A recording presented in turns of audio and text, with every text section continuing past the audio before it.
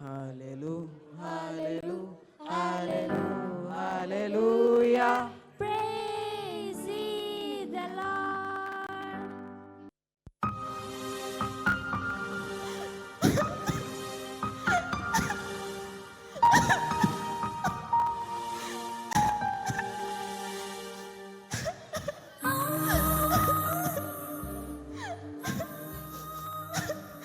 దేవా, అయ్యా,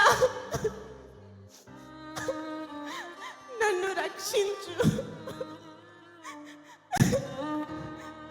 నా అవమానము నుండి నన్ను రక్షించు. ప్రేమించే భర్త ఉన్న గొడ్రాలు అయిన నిందను నేను భరించలేకపోతున్నాను.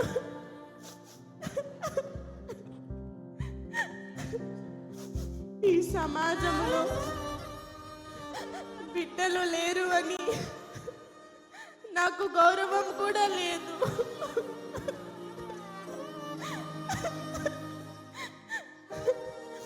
నా తోటి కూడలైన పెనిన్నాకు తన కుమార్తెల వలన ఏం సంతోషం కలుగుచున్నది.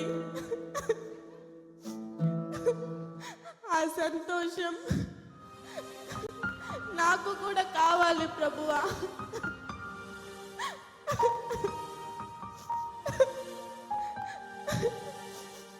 సైన్యములకు అధిపతి అయిన యెహోవా, నీ సేవకురాలైన నన్ను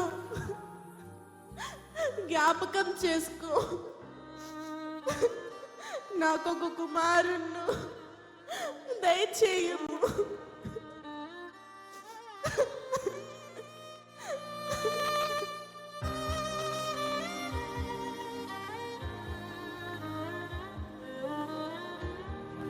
ఒక సంవత్సరం తర్వాత జరిగిన పరిస్థితి.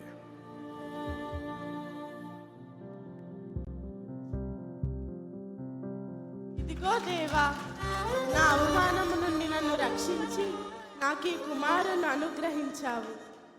ఈ బిడ్డను నీకోసమే ప్రతిష్ఠిస్తున్నాను.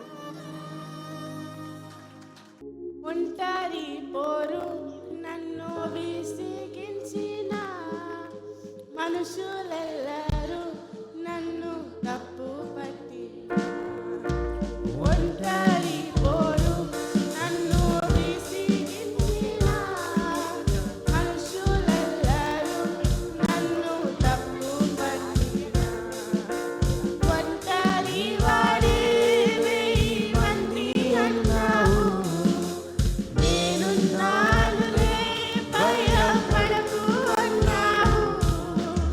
ఒంటరి వాడి 1000 మంది అన్నావు, నేనున్నానులే భయపడకు అన్నావు.